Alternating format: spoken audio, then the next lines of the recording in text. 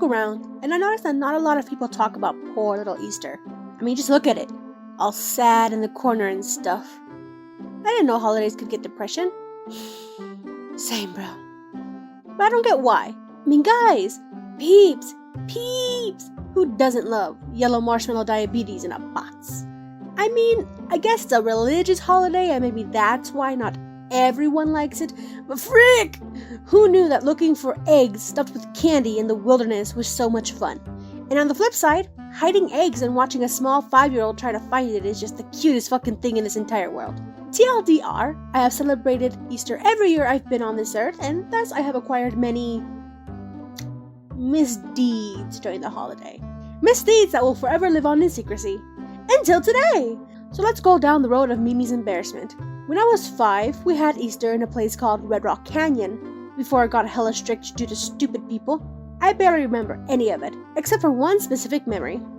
Me, my brother, and a few of my cousins ended up leaving adult supervision to play in this small creek. FYI, don't do that. Don't leave adult supervision. Bad things happen. And bad things happened!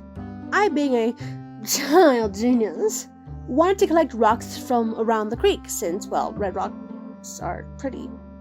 But instead of getting the rocks from along the side of the creek or right on the shore, I decided to grab the rocks in the deepest section of the creek. Yeah, sure, it was only like, what, a foot deep?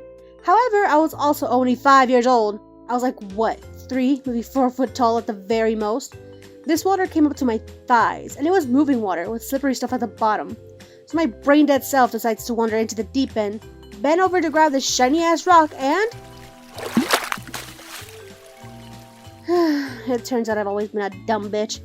Oh, and cherry on top, when my big brother finally managed to make his way over to me and scoop me out of the cold-ass water, we discovered that this creek was overflowing with tadpoles! I got some in my shirt, in my pants, I got some in my mouth, probably crushed a few, but hey, I got the shiny rock. I don't know what happened to it. I think my mom used it as decoration, and we long abandoned it. Rip in peace, Rock-chan. As for what happened afterwards, my brother hauled me over to my mother, tadpoles still spilling from my cold-soaked body, and they kept doing so until I made it home and showered.